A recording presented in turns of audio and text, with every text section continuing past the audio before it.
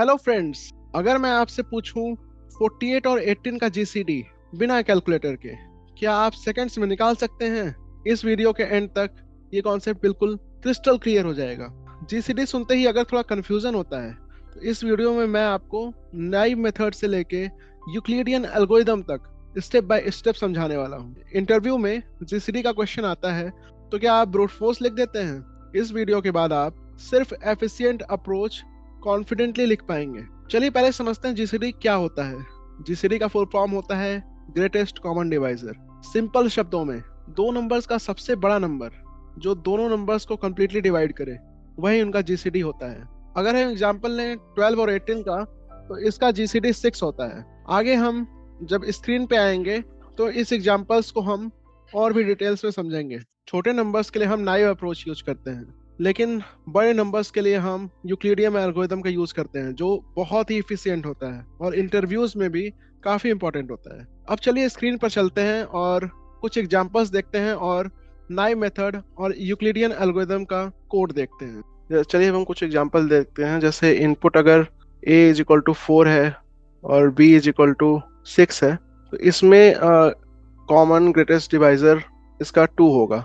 1 भी इसका डिवाइजर है लेकिन ये ग्रेटेस्ट नहीं है। चलिए सेकंड एग्जांपल देखते हैं। a इज इक्वल टू 100 और b इज इक्वल टू 200। इसमें इसके डिवाइजर्स 10 होंगे, 20 होंगे, 30 40 होंगे, 50 होंगे और 100 होगा। और इसमें ग्रेटेस्ट कॉमन डिवाइजर जो होगा वो 100 होगा, इसलिए हमारा आंसर 100 होगा। चलिए अब थर्ड एग्जांपल देखते हैं। a इज इक्वल टू 7 और b इज इक्वल टू 12 का। इसके कोई कॉमन डिवाइजर्स नहीं होंगे, इसलिए इसका जो जीसीडी होगा वो 1 होगा। अब हम इसका एक नाइव मेथड देखते हैं। फॉर एग्जांपल जीसीडी अगर हमें दो नंबर्स दिए गए a और b तो इसके अंदर हम एक रिजल्ट वेरिएबल डिफाइन करेंगे जो कि मिनिमम ऑफ a और b होगा। हम मिनिमम इसलिए ले रहे हैं क्योंकि हम रिजल्ट को मिनिमम ऑफ a और b से स्टार्ट करेंगे और पहला डिवाइजर ढूंढेंगे, क्योंकि और पहला डिवाइजर ही हमारा आंसर होगा और वही मैक्सिमम ग्रेटेस्ट कॉमन डिवाइजर होगा। अब हम एक लूप लगाते हैं।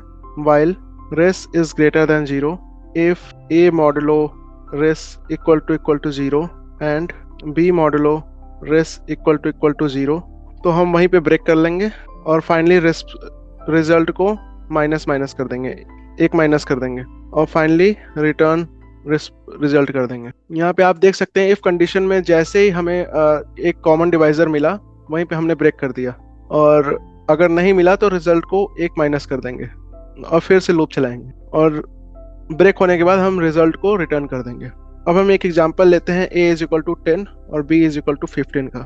इसमें रिजल्ट सबसे पहले 10 होगा जो कि मिनिमम ऑफ 10 एंड 15 है।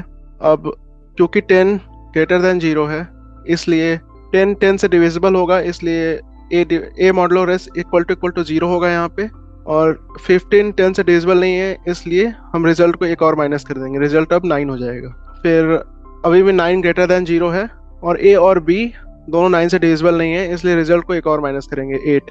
इसी तरह से 7, फिर 6, फिर 5।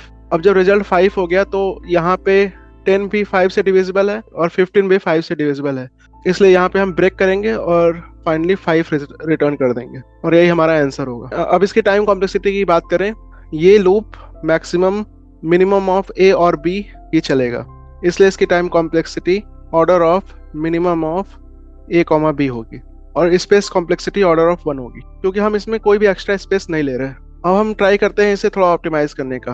अब हम बात करते हैं यूक्लिडियन थ्योरम का।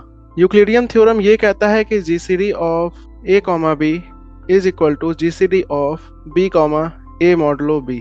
अगर हम इसका यूज करें तो एक कोड लिख सकते हैं जीसीडी ऑफ a, b। इसके अंदर हम रिटर्न कर सकते हैं GCD of b, a modulo b। और क्योंकि ये एक रिकर्शन फंक्शन है तो इसका हमें बेस केस भी चाहिए, तो अगर इफ b अगर 0 हो जाता है तो हम a को रिटर्न कर देंगे। तो ये एक ऑप्टिमाइज मेथड है टू फाइंड जीसीडी। इसका ट्राई रन देखें तो सपोज करें कि हमें जीसीडी ऑफ 12, 15 निकालना है।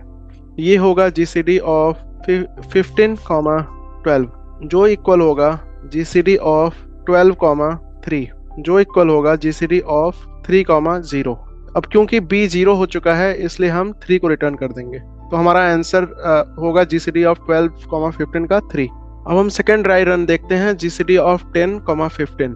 ये आपका होगा GCD ऑफ 15 कॉमा, ये होगा GCD ऑफ 15 कॉमा 10, फिर ये होगा GCD ऑफ 10 कॉमा 5, ये होगा GCD ऑफ 5 कॉमा 0, और यहाँ पे क्योंकि B 0 हो चुका है इसलिए हम 5 रिटर्न कर देंगे। 5 is the GCD of 10 and 15। तो आज इस वीडियो में हमने समझा GCD का बेसिक कॉन्सेप्ट, नाइव अप्रोच, और एक बहुत ही इफिशिएंट यूक्लिडियन एल्गोरिथम। अगर आप DSA और कोडिंग इंटरव्यूज की प्रिपरेशन कर रहे हैं तो ऐसे फंडामेंटल कॉन्सेप्ट्स को स्ट्रॉन्ग करना बहुत जरूरी है।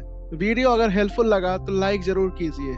DSA की कंप्लीट सीरीज के लिए सब्सक्राइब कीजिए और कमेंट में बताइए आप नेक्स्ट वीडियो किस टॉपिक पे देखना चाहेंगे, LCM, रिकर्शन या नंबर थ्योरी बेसिक्स। मिलते हैं नेक्स्ट वीडियो में। Happy coding. Subscribe now.